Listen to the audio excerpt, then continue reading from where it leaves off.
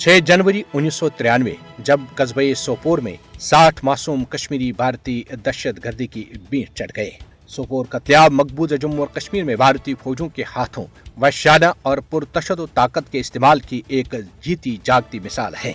सोपोर कत्लेआम के मुतासरीन 31 बरसों से इंसाफ के मुंतजर हैं और वो आज भी इंसाफ के लिए दुआएं दे रहे हैं। 3 दिहाइयों से जायद अरसा गुजरने के बावजूद सोपोर कत्लेआम के मुजरिम आज भी दंदनाते फिर रहे हैं।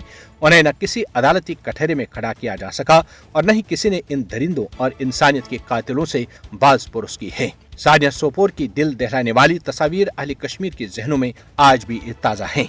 भारतीय बीएसएफ अहलकारों ने इस दिन फायरिंग के एक वाक़े में अपने एक साथी अहलकार के जख्मी होने पर कस्बे सोपोर के रिहायशियों खासतौर पर दुकानदारों को बदतरीन इंतकामी कार्रवाई का निशाना बनाया था। सफाक बीएसएफ अहलकारों ने अंधाधुंध फायरिंग करके कम से कम 60 कश्मीरी शहीद, 400 से जायद दुकानें और रिहायशी मकानात आग लगाकर नजर आतश किए थे। इस अलमनाक वाक़े को 3 दिहाइयां गुजर चुकी हैं, लेकिन इसकी खौफनाक और दिलखराश यादें आज भी कश्मीरी अवाम के जहनों में ताज़ा हैं। सोपोर कत्लेआम समेत भारतीय फौजों के हाथों मकबूजा जम्मू और कश्मीर में होने वाले इस तरह के दीगर कत्लेआम भारतीय जमहूरियत के माथे पर एक बदनुमा धब्बा हैं, जिन्हें किसी सूरत धोया नहीं जा सकता। सोपोर कत्लेआम के एक ऐनी शाहिद ने ज़राए अबलाग के नुमाइंदों को बताया कि भारतीय अहलकारों ने उस रोज लोगों को अंधाधुंध वहशाना फायरिंग का निशाना बनाया और कस्बे के मशहूर cinema summer talkies, Islamia college Sopore, बराई खवातीन समेत कस्बे की दुकानों पर गन पाउडर छिड़क कर उन्हें नजर आतश किया।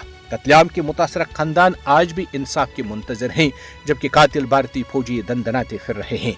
ऐनी शाहिदीन ने ज़राए अबलाग को ये भी बताया कि गासी भारतीय अहलकारों ने एक बस ड्राइवर को गाड़ी से घसीट कर नीचे उतारने के बाद मुसाफिरों के जिस्मों पर अंधाधुंध गोलियां बरसाई, जिसके नतीजे में 20 मुसाफिर मौके पर ही जाम शहादत नोश कर गए थे। अमेरिकी टाइम मैगजीन में सोपोर कत्लेआम ब्लड टाइड राइजिंग के ज़ेर उन्वान एक रिपोर्ट भी शाया हुई थी।